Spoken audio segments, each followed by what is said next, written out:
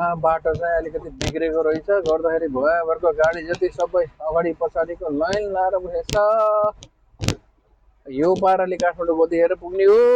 गर्मीले खतम बनाइसक्यो।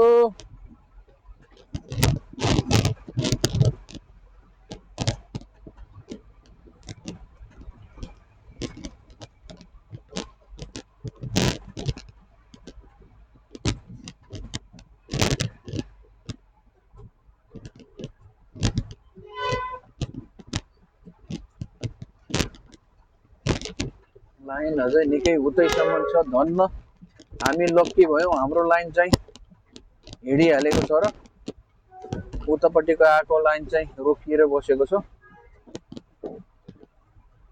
र आस्ते आस्ते भने नि हिँडिएको छ।